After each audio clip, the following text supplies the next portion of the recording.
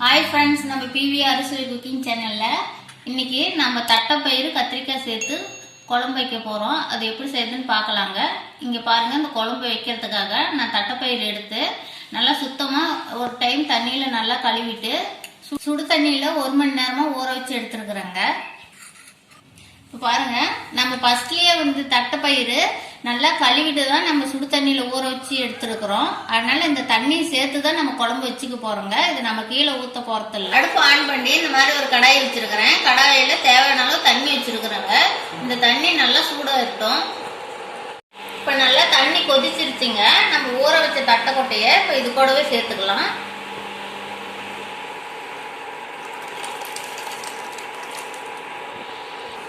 இது கூடவே தேவையான அளவு உப்பு சேர்த்துக்கலாங்க.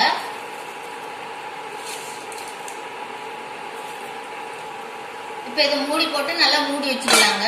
இது கொஞ்ச நேரம் வேகட்டும். இப்ப இந்த குழம்புக்கு தேவையான மசாலாவை ரெடி பண்ணிக்கலாங்க.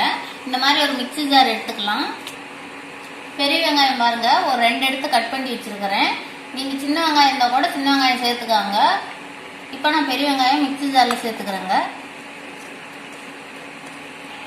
பூண்டு ஒரு 10 பல்லு சேர்த்துக்கலாங்க. இது கூடவே வரமிளகாய் 2 சேர்த்துக்கலாங்க. காரத்துக்கு தகுந்த மாதிரி சேர்த்துக்காங்க.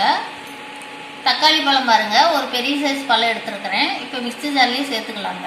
இதையும் இது கூடவே தேவையான அளவு ஒரு பச்சை கருவேப்பிலை தழை சேர்த்துக்கலாங்க. 1/2 ஸ்பூன் சீரகம் சேர்த்துக்கலாங்க. 1 ஸ்பூன் மல்லித்தூள் சேர்த்துக்கலாங்க. இப்போ நம்ம இந்த மசாலாவங்க அரைச்சி எடுத்துக்கலாம். இது கூடவே கொஞ்சம் கொஞ்சமா தண்ணி சேர்த்து நல்லா பேஸ்டா அரைச்சி எடுத்துக்கலாங்க. இப்போ பாருங்க, மசாலா மிக்ஸி ஜார்ல சேர்த்து அரைச்சி எடுத்துட்டு வந்தாச்சு. நல்லா பேஸ்டா அரைச்சி எடுத்துட்டு வந்தாச்சுங்க. இப்போ நல்லா தட்டைக்கொட்டை பாருங்க வெந்துட்டு இருக்கு. நல்லா ஓரளவுக்கு நல்லா வெந்துருச்சு. புளி பாருங்க, இந்த குழம்புக்கு தேவையான அளவு எடுத்து வச்சிருக்கிறேன். தட்டைப்பயிறு வேக வச்சு தண்ணியே சேர்த்து புளி ஊற வச்சுக்கலாங்க. இப்ப தட்டைப்பயிறு கூடவே நம்ம அரைச்சி வச்சிருக்கிற மசாலாவை சேர்த்துக்கலாங்க. மசாலாவை சேர்த்துக்கிட்டோங்க. மசாலாவை சேர்த்து இந்த மாதிரி நல்லா கலந்து விட்டுக்கலாங்க. 1/4 ஸ்பூன் மஞ்சத்தூள் சேர்த்துக்கலாங்க. மிளகாய் தூள் 1/2 ஸ்பூன் சேர்த்துக்கலாங்க. சாம்பார் தூள் 1 ஸ்பூன் சேர்த்துக்கலாங்க. மசாலா எல்லாம் நம்ம சேர்த்துக்கிட்டோங்க. இந்த மாதிரி நல்லா ஒரு கிளறி விட்டுக்கலாம். கிளறி விட்டுட்டு நம்ம மூடி போட்டு வேக வச்சுக்கலாங்க. இது ஒரு பக்கம் வேகட்டுங்க. நம்ம இப்போ கத்திரிக்காய் அரிஞ்சுக்கலாம். கத்திரிக்காய் பாருங்க, நான் நல்லா ஒரு டைம் கழுவிட்டேன். இப்போ நம்ம இதை அரிஞ்சு தண்ணியில் போட்டுக்கலாம்.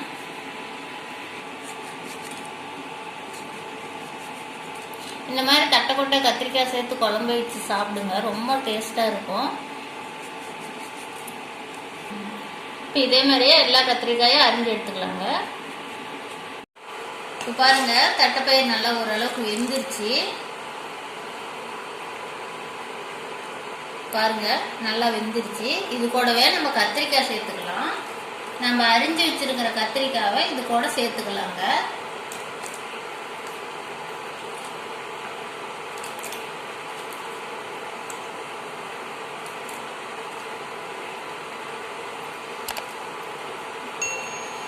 இப்ப நல்லா ஒரு கிண்டி விட்டுங்க. இப்ப தட்டைப்பயிறு கூடவே சேர்ந்து கத்திரிக்காய் நல்லா வேகட்டுங்க. நாம ஒரு 10 நிமிஷம் நல்லா மூடி போட்டு வேக வச்சு எடுத்துக்கலாம். 10 நிமிஷம் ஆயிடுச்சுங்க. நம்ம குழம்பு எப்படி வந்துருக்குன்னு பார்க்கலாம். இப்ப தட்டைக்கொட்டையும் கத்திரிக்காயும் வந்துக்கிச்சுங்க. நம்ம இப்போ புளி சேர்த்துக்கலாம். புளி நல்லா கரைச்சிக்கலாங்க. இப்போ புளி நல்லா கரைச்சாச்சுங்க. நம்ம இப்போ குழம்போட சேர்த்துக்கலாம். இப்ப நல்லா புளி ஊத்தியாச்சுங்க. நல்லா கலந்து விட்டுக்கலாம். இப்ப புளி தண்ணி சேர்த்தியாச்சுங்க. புளி தண்ணி கொஞ்ச நேரம் நல்லா வேக வச்சு எடுத்துக்கலாம்.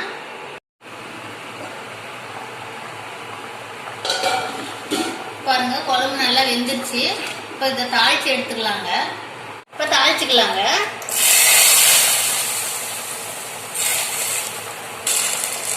நம்ம தேவையான அளவு கொத்தமல்லி தழை தூவிக்கலாங்க.